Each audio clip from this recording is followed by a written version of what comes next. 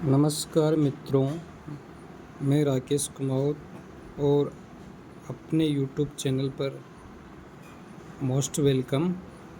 आज हम 11th की सेकंड क्लास लेके यहाँ उपस्थित हुए हैं। तो सेकंड क्लास में हम रासायनिक संयोजन के नियमों के बारे में चर्चा करेंगे।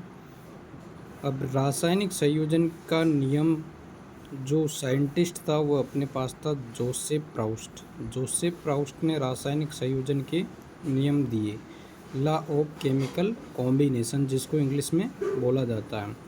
तो उन्होंने सबसे पहले जो नियम दिया वह दिया द्रव्यमान संरक्षण का नियम। कौन सा? द्रव्यमान संरक्षण का नियम। द्रव्यमान संरक्षण के नियम के अनुसार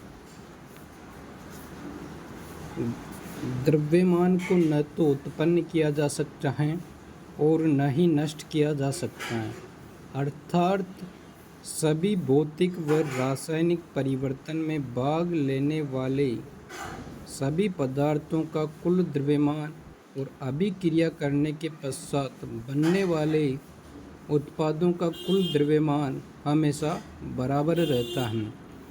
इसका मतलब ये हो गया कि उसको एक रूप से दूसरे रूप में परिवर्तित किया जा सकता है। उदाहरण से और अच्छे से आपको क्लियर हो जाएगा। तो उदाहरण है अपने पास में, जैसे उदाहरण के रूप में मैं लेना चाहूँ H2 + Cl2 गैस मिलकर क्या बनाएगी? HCl गैस का निर्माण करेगी। किसका निर्माण करेगी? HCl गैस का निर्माण करेगी। तो इस संपूर्ण अभिक्रिया में अभिकारकों का द्रव्यमान उत्पादों के कुल द्रव्यमान के बराबर होगा। उदाहरण से समझो। उदाहरण है अपने पास H2 + Cl2 gives 2HCl। यहाँ पर हाइड्रोजन गैस और क्लोरीन गैस अभिकारक हैं, जबकि HCl क्या है? जबकि HCl उत्पाद हैं। तो अब अपने को हाइड्रोजन का और क्लोरीन का द्रव्यमान निकालना है। तो अभिकारकों का कुल द्रव्यमान, अभिकारकों का कुल द्रव्यमान, total mass of reactant, total mass of reactant means hydrogen का कुल द्रव्यमान प्लस क्लोरीन का कुल द्रव्यमान। तो हाइड्रोजन का द्रव्यमान 1 होता है। हाइड्रोजन क्या है? अपवाद है, इसका परमाणु क्रमांक भी 1 है और परमाणु भार भी 1 होता है, इसका डबल नहीं होता। इस वजह से यहाँ पर क्या हो जाएगा? अपने पास हाइड्रोजन का 2 हो जाएगा, 2 एटॉमिक मास यूनिट हो जाएगा। जबकि क्लोरीन की बात करें तो क्लोरीन का होता है अपने पास 35.5। कितना होता है? 35.5 होता है। क्लोरीन का परमाणु क्रमांक 17 होता है, तो 17 का जस्ट डबल से 0.5 ज़्यादा होता है। तो इस वजह से कितना हो जाएगा? 35.5 हो जाएगा। तो यहाँ पर अभिकारकों का कुल द्रव्यमान कितना हो गया? 2 + 71 73 हो गया। अब अपने को HCl का कुल द्रव्यमान भी फाइंड करना है, जो कि इसके इक्वल होगा, तो द्रव्यमान संरक्षित रहेगा। तो देखो हाइड्रोजन का कितना होता है बच्चों? 1, और क्लोरीन का कितना होता है? 35.5। तो अपने पास कितना हो गया? 36.5। एक अणु का इतना हो गया। तो ऐसे कितने अणु हैं? 2 अणु हों तो 2 से क्या कर देंगे? मल्टीप्लाई कर देंगे। 2 से मल्टीप्लाई कर देंगे तो कितना आ जाएगा? 73 AMU आ जाएगा। तो इसका मीनिंग यह है कि द्रव्यमान संरक्षित रहा है। अब कोई सा भी उदाहरण देख लो आप, उदाहरण कुछ भी ले सकते हैं। जैसे कैल्शियम ऑक्साइड की अभिक्रिया अगर CO2 गैस से कराई जाए तो कैल्शियम कार्बोनेट का निर्माण होता है। तो इस अभिक्रिया में भी पूरा का पूरा द्रव्यमान नियत रहता है। कैसे नियत रहता है? 56 ग्राम कैल्शियम ऑक्साइड 44 ग्राम CO2 से अभिक्रिया कर 100 ग्राम कैल्शियम कार्बोनेट का निर्माण करता है। आप अलग अलग एटम का परमाणु भार निकाल कर इस सत्यता की जांच कर सकते हो। समझ में आ रही है बात? अब दूसरा जो नियम है वह है अपने पास स्थिर अनुपात का नियम। कौन सा नियम हो गया दूसरा? स्थिर अनुपात का नियम। स्थिर अनुपात का नियम ये बताता है कि किसी भी यौगिक को किसी भी स्रोत या किसी भी रासायनिक अभिक्रिया द्वारा बनाई जाए उसमें जो अपने पास तत्व रहेंगे उन तत्वों के भारों का अनुपात सदैव नियत रहेगा। इसका मतलब ये हो गया, इंग्लिश में इसको क्या बोलेंगे, इंग्लिश में बोलेंगे लॉ ऑफ कांस्टेंट प्रपोर्शन। क्या बोलेंगे? लॉ ऑफ कांस्टेंट प्रपोर्शन बोलेंगे।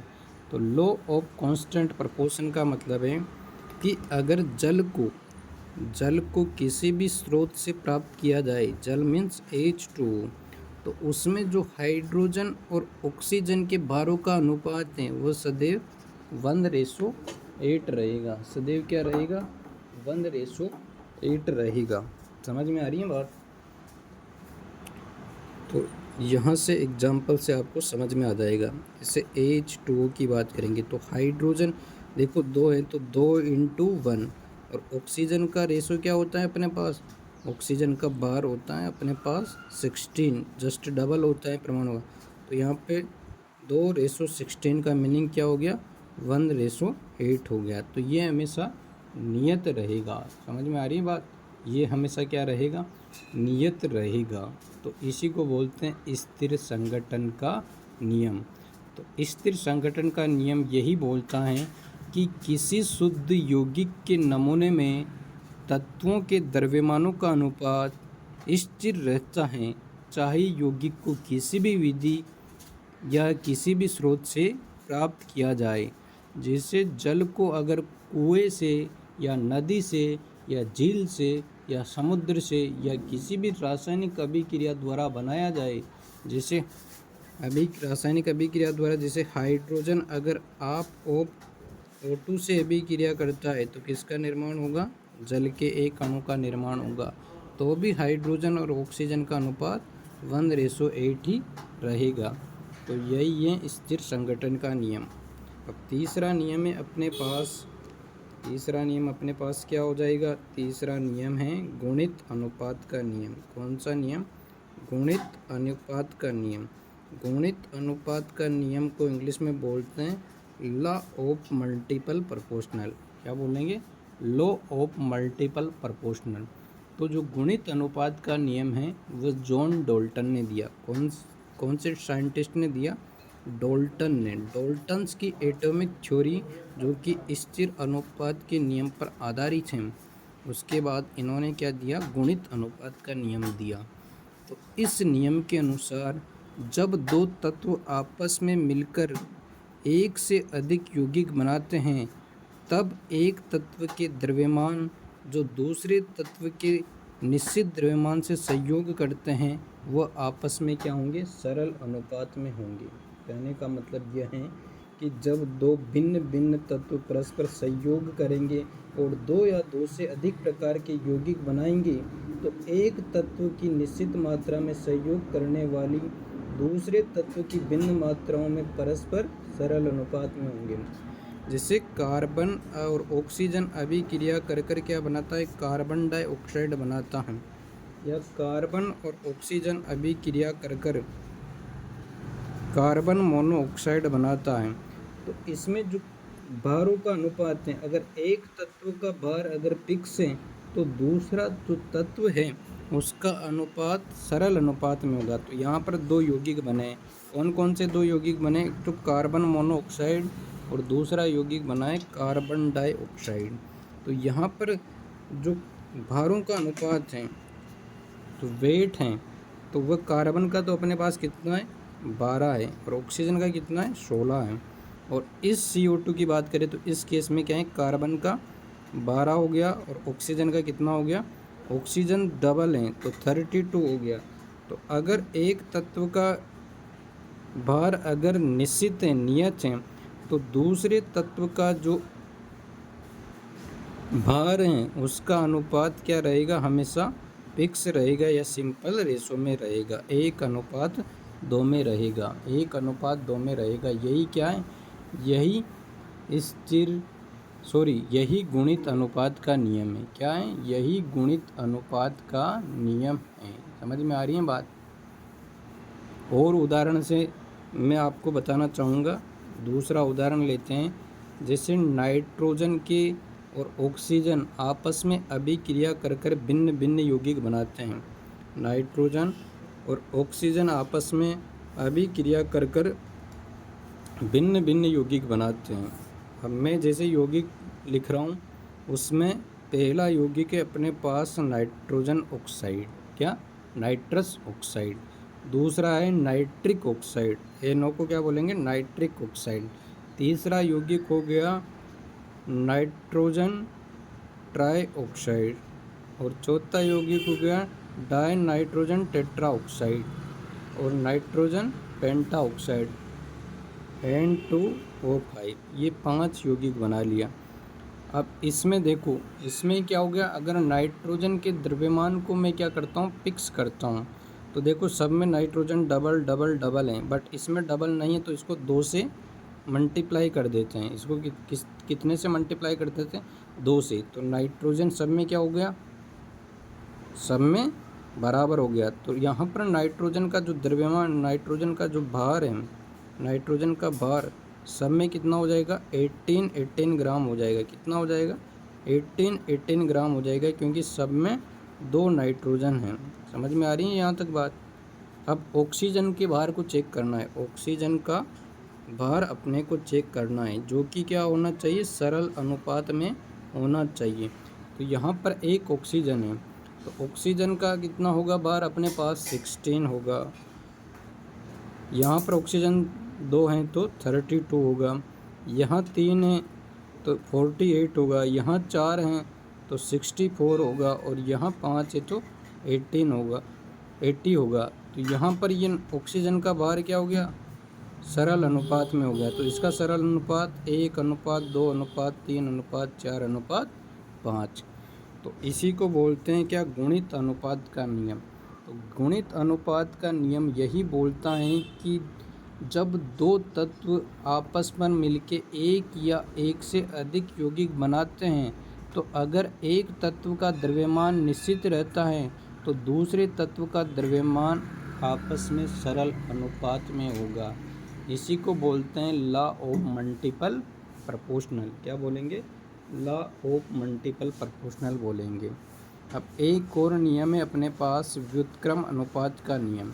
किसका नियम, व्युत्क्रम अनुपात का नियम। तो व्युत्क्रम अनुपात का नियम जो रिचटर साइंटिस्ट ने दिया, किसने दिया, रिचटर साइंटिस्ट ने दिया, व्युत्क्रम अनुपात का नियम। अब इस नियम के अनुसार, वेरी वेरी इम्पोर्टेंट है, इस नियम के अनुसार जब 2 विभिन्न तत्व तीसरे तत्व के एक निश्चित द्रव्यमान से अलग अलग क्रिया करते हैं तो उनके द्रव्यमानों में अनुपात या तो समान होगा या उसका कोई पूर्ण गुणज होता है जिससे कि वह संयोग करते हैं। जैसे ध्यान से समझें, ये एक अपने पास क्या है, मैं ट्रायंगल ड्रॉ कर रहा हूँ।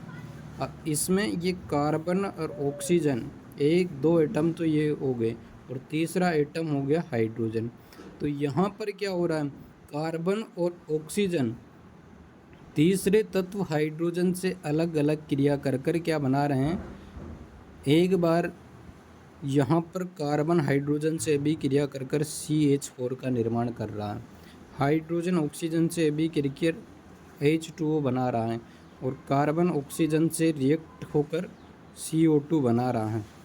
तो यहाँ पर CH4 में कार्बन के 12 भाग हाइड्रोजन के 4 भाग से क्रिया कर रहे हैं। क्या हो रहा है, कार्बन के 12 भाग हाइड्रोजन के इससे अभिक्रिया कर रहे हैं। और H2O में क्या हो रहा है, H2O में हाइड्रोजन के 2 बार ऑक्सीजन के 16 भाग से अभिक्रिया कर रहे हैं।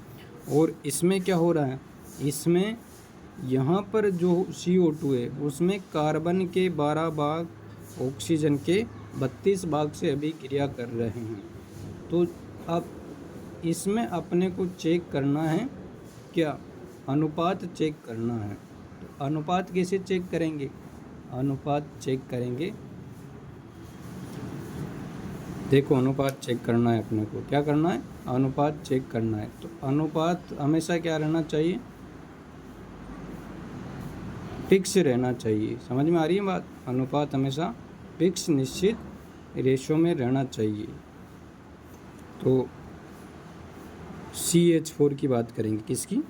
CH4। तो CH4 में क्या हो जाएगा अपने पास? CH4 में कार्बन के 12 भाग हाइड्रोजन के 4 भाग से भी क्रिया कर रहे हैं। H2O में क्या हो जाएगा? H2O में हाइड्रोजन के 2 भाग ऑक्सीजन के कितने? ऑक्सीजन के 16 भाग से भी क्रिया कर रहे हैं। और CO2 में क्या हो रहा है?